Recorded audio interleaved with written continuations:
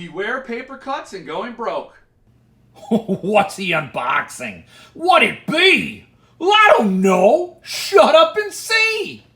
Hey friends, welcome back to the channel. As previously stated, the biggest danger we face as book collectors is going broke and paper cuts.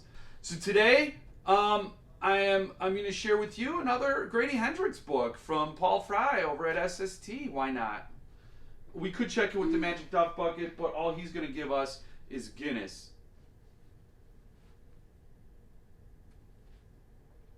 So let's get to the book. This book I was very nervous about since I don't get tracking information on international orders, and I'm in the process of moving, or didn't you know that? And I was worried that this would show up on an unattended porch at some point in the future. But it made it in under the radar, and it got to me in time, so I can share it with you while I'm still in Chicago. And let's see what this is all about. Of course, Paul Fry, thank you so much for your order, with a signature from Paul Fry. So I have many signatures from Paul Fry. Now, this is an interesting book because I've never read a Grady Hendrix book before, and now this is my second one. It's actually my third in hardcover. I got a trade edition in one of my book hauls. This, I heard, is one of Grady Hendrix's best books. Market a book. So if you're uninitiated to SST, it comes in the rice paper with the little wafer seals, and it's all very excellent work. See, I don't worry about rice paper like I do shrink wrap. Shrink wrap, it scares me. It scares me. I don't know why. Oh, very cool. Big book. I don't know why I didn't think it was such a big book, but My Best Friend's Exorcism by Grady Hendrix. Cool 80s vibe right there on the cover. Back when people used to do things on lined paper, and school was a thing, and we all had a civilization we were very proud of, which is over now. It's all over. Civilization, that is. Apparently, this is the individual who requires the exorcism. I don't think that's just a matter of red light, red eyes in photography. I think that's the point of that. So let's look at the naked book. Very cool 80s pink. I'd call that 80s pink, wouldn't you? Were you around in the 80s? My Best Friend's Exorcism, Grady Hendrix, dotted the I with a heart, as people would in personal communications before we had emojis and emoticons, and everything was handcrafted and handwritten and hand delivered, and people would add those flourishes by hand. It's a very, very different world. So 400 numbered copies. I have copy number 3, and this is signed by Grady Hendrix and the artist. Very cool on these cassette tapes. Love the way that was incorporated. That artist, of course, being Reiko Murakami. Yes, it's consistent with the other book, Horror Store, in the series. Very different type of art in that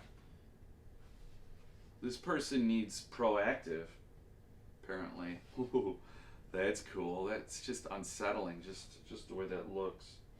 I wonder if Sparrow's or the food court is going to make an appearance. Whoa, yikes, yikes, that is, whoa, that's something. So this is part of a set, of course. It's going to fit in nicely, just like the Paul Tremblay set, and has the same artist to go with those titles. So this will have the same artist, and just like Josh Malerman's set. So those will look awesome on the shelf. My only hope, my only wish is that at some point SST does a slipcase to house them all. That would be pretty cool. I could see how cumbersome it would be to have 7 hardcovers and one slipcase, that might be a problem. So, you know, let's not wish too hard, shall we? You know, that might be too much.